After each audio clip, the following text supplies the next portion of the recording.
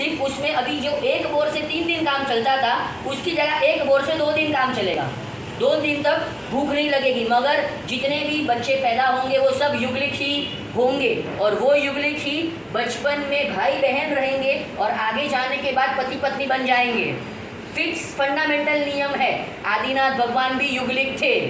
क्या आदिनाथ भगवान की शादी किनके साथ हुई थी? सुनंदना सुमंगला। याद रख लेना अभी से।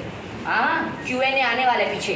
Q&A मतलब क्या? क्वेश्चन एंड आंसर सेशन, इसे Q&A कहते हैं। वो पीछे आएगा तो काम लगेगा, कवर मिलेगा। आदिनाथ भगवान की 2 पत्नियां थी, सुनंदा सुमंगला। वो सुनंदा जो थी सबसे पहली पत्नी, सुमंगला जो थी उसकी एक अलग घटना है।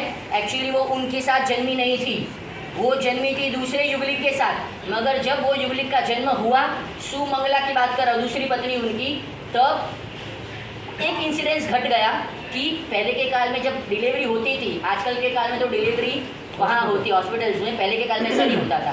पहले के काल में केले का गृह बनाते थे, केले की जो पत्ते होते हैं ना, उसका घर बनाते, शास्त्र में ऐसी बातें आती है। तो वो केले के गृह में जब उसका जन्म हुआ युगलिक का, और वो केले के गृह से जब वो आंटी बाहर निकले 2 युगलिक को जन्म लेने के बाद, अचानक केले के उसमें से एक केला गिरा, छोटा सा केला गिरा, और उसमें जो दूसरा बच्चा था, मतलब मेल पार्टनर था, वो मर गया। अभी वो मेल मर गया तो सुमंगला अकेली रह गई, क्योंकि उसका तो फिक्स ही था, पहले के काल की व्यवस्था थी। इसीलिए आदिनाथ भगवान ने उसके साथ शादी करी कि उसका पीछे कोई था ही नहीं, रखे वाली नहीं था, इसीलिए उनके साथ दूसरी पत्नी तरीके उनकी शादी हुई।